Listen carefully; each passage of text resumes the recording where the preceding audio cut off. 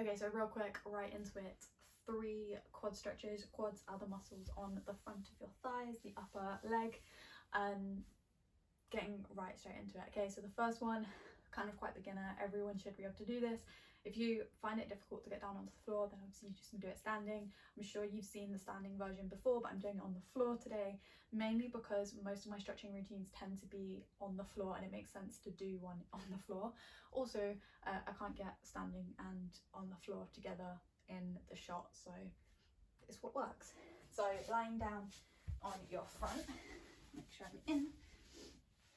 I'm going to make sure that your hip bone, so here, is on the floor the whole time, keeping it in contact, legs together and straight, and you're just going to lift one leg up, grab behind the foot here. You might like me get cramping in your hamstring, just shake it off and go back in, up, in, holding the back of your foot, knees together, and you're going to push your hips into the floor. You can relax the upper body down. I've just got mine up so that you can hear me talk, and you want to just pull that heel to your bum, lifting maybe the knee off the floor slightly, but you want to think of pushing and driving the hips into the floor or squeezing your butt. So if you squeeze your butt like I am, you'll feel a little bit more of a stretch. You're just stretching the one leg that is straight. You're just going to keep driving those hips down, and you should feel it start to release on the front of the thigh. You can do this here, and then you could also switch over and maybe just keep alternating for a while. Really important that you keep the knees as close together as you can in this position, and you keep driving the hips into the floor or squeezing your glutes if you find that easier. Both does the same thing. So that's number 1. Number 2 is very similar, and if you have dodgy knees, then you might not want to might not want to do this one. You can just skip it out totally. But I find this works really well, especially when I'm doing flows or movements, because it kind of kills 2 birds with 1 stone, probably more than 2. I'll do this leg so you can see it properly. So up on this leg, kind of in like a lunge position, taking the back leg back a little bit more, so you're pushing down into the hip. Use the foot hand in front for stability if you want, and then you're just going to lift the back leg up again, same position. I'll move back a little bit because I'm not sure if you can see here, holding back of the ankle, same position, and you're pulling it in. Really important that your hips are still facing down and you're not like twisting to decide massively. There'll be a little bit of a twist.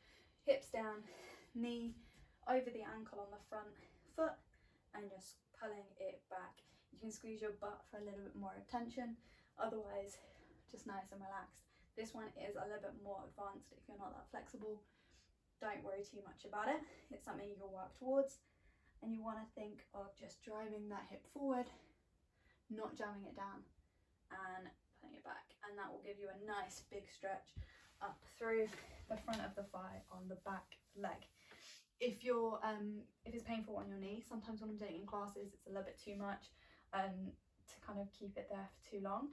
You can put a pillow down or something cushioned, like what's it called, jumper, t-shirt, whatever, just to protect the knees slightly.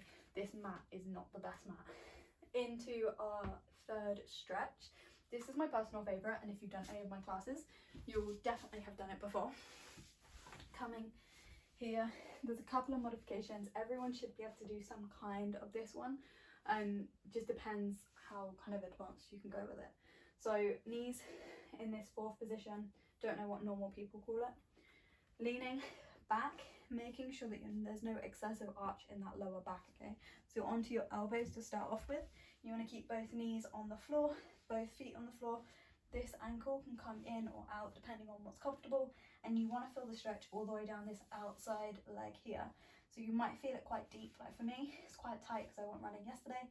Can feel it quite deep in my hip flexor. Otherwise you might feel it more in the leg. If this is comfortable for you, stay here. If you feel like you're not really feeling anything from the stretch, you can go a little bit further down until you're fully on the floor. Again, you want to make sure there's no excessive arch in the lower back. There will be slightly just because of anatomy, but make sure you're not like up here and really uncomfortable. Relax down, use your hands as guidance. You can use your back hands underneath the back if you need to for a little bit more stability.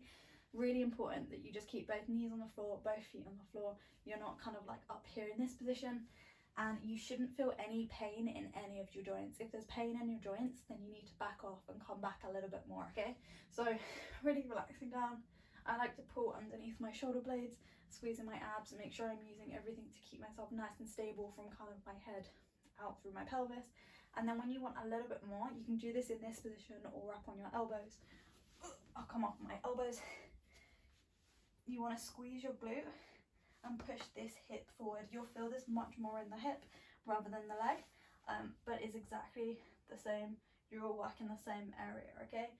Same thing, making sure you're not letting the elbows come up, the shoulders come up to the ears like this. Nice and open, squeezing the glute, and relax down. You can play around with a couple of different variations with that. Coming out of the movement, I didn't demonstrate the best way. You want to come around to the side so that you're not like fully like arching back. So if you're down on the floor, bring your legs in, come out and up so that you're not putting too much pressure into the lower back, and you're not jamming any of your ankles, knees or anything into the floor. I hope those 3 stretches were helpful. If you have any questions, let me know. Otherwise, have a fabulous day.